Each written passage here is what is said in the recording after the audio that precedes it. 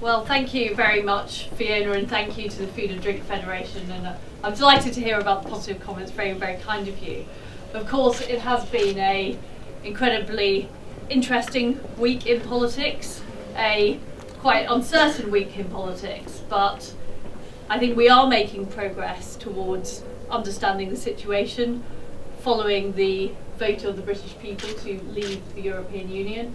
I'm very clear that Brexit does have to mean Brexit. We do need to enact the will of the people, but we can't lose the fantastic advantages that we have as a country. And of course, the food and drink industry is a fantastic comparative advantage we have. So I want to be, first of all, very clear that over the coming years, while we are negotiating that exit deal with the European Union, it is business as usual in terms of our trade in goods and services. It is business as usual in terms of our payments to farmers, in terms of our stewardship of the countryside, in terms of all the work we're doing to improve skills in the industry, to work with the industry. That work continues. At the same time, DEFRA is really at the heart of the work to establish, first of all, the terms of our exit negotiation, but secondly, all of the domestic reforms that we will need to do to create a domestic environmental policy and a domestic food and agricultural policy.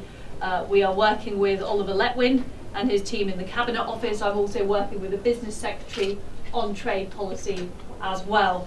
And those pieces of work are ongoing, of course.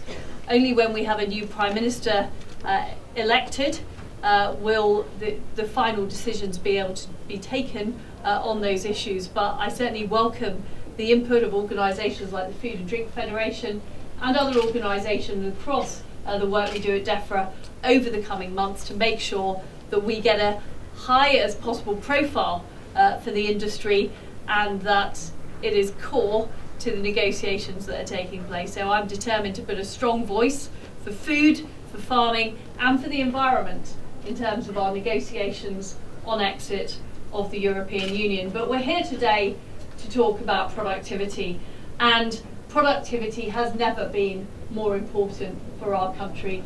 At the moment we have the second lowest productivity in the G7, and if we are to be successful outside the European Union, raising that productivity is vitally important. And you as the food and drink industry have really shown the way. Over the past 5 years, we've seen productivity in food and drink increase by 11% compared to 0.5% for the entire economy. That is real leadership, and I look forward to seeing that continue. I know Dame Fiona and Nestle have done fantastic work with their report, as have the Food and Drink Federation. But to my mind, that work only needs to accelerate over the coming months and years so that we can remain competitive in that global market. And in fact, we can grow our market share, because although we have done a lot of work on food and drink exports and we are seeing improvements, there's still so much further we can go.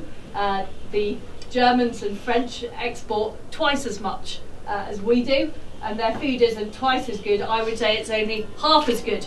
So we should be doing 4 times as much as they are able to do. Skills has been something that has been mentioned, and the food and drink industry currently has 1% of its workforce as apprenticeships. The industry average is 2.3% across the economy, and I'm delighted that the Food and Drink Federation has said that it wants to raise the level of apprenticeships in the food and drink industry to 3%.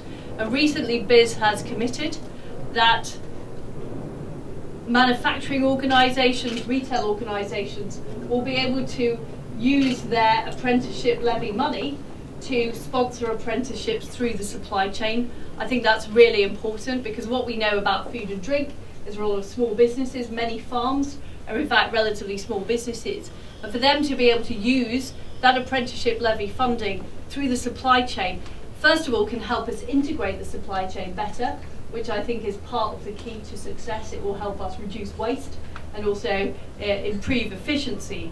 But also it means that the support of major companies, whether they're supermarkets, whether they're major food manufacturers, will be able to be used to help others through that supply chain and create a better outcome for British food and drink. So I think that's a really exciting agenda. I know the industry is working very hard to change the perception of food and drink. The fact is, it is a high-tech industry. It does need a lot of skilled staff. It does need people with STEM qualifications. I recently held a roundtable with women farmers, and we now have 25,000 farms are being led by women across the UK, and they told me that 75% of the people they want to hire are people with STEM skills. So this goes right through the food supply chain, and it's very important that young people, when they're leaving school, when they're doing apprenticeships, when they're studying at university, that they understand the range of jobs and the exciting opportunities in favour in food and drink. Innovation is, of course, vitally important. We've established the Food Innovation Network. We are putting more money into agri-tech, and we're seeing a lot of private sector investment going into the food and drink industry. In fact, there is more private sector investment in food and drink from overseas than other industries put together. So protecting that investment and also making sure we attract more investment will be vitally important over the coming months and years. And I will be talking to investors, reassuring them, and also making sure that we have a good offer as the UK. Moving on to exports, earlier this year we established the Great British Food Unit, which was bringing together UKTI expertise, but also DEFRA expertise in terms of opening up new markets. The first of its kind. It's a new government programme to make sure that we get expertise in a single place, in a one-stop shop, so that food businesses can look to a single group of people to help advance their interests overseas. We've already had a number of trade missions. I was out in the US promoting all kinds of products, from gin to opening the market for British beef and lamb, and also giving people a taste of Mr. Kipling's pies and curry all in the same evening, which provided a rather interesting event in Washington DC. But what I know from travelling the world and promoting British produce is the value of the Union Jack is incredibly strong, that people understand the fact that we produce a quality product, the fact that we have the highest animal welfare standards in the world, the fact that we have high environmental standards as well. They understand the heritage of British products too, so there really is an open door to those markets.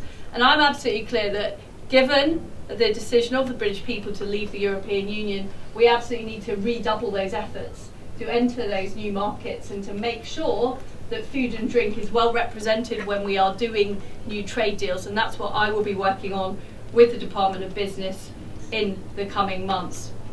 Ladies and gentlemen, it's been an interesting week in politics. I think there's a Chinese proverb that says, is it a curse, may you live in interesting times. But the fact is that as well as challenges, what this new era throws up are opportunities as well. And what I am keen to do is make sure we work with everybody, cross-party, cross-industry, with whether it's the environmental groups or business or farmers. We work together to get the best possible deal we can, because DEFRA has a huge relationship at the moment with the European Union. Leaving that relationship will mean certain changes, but what we want to make sure is we protect the important trade with the European Union, we protect that collaboration, and also that we redouble our efforts to reach the rest of the world. Thank you very much.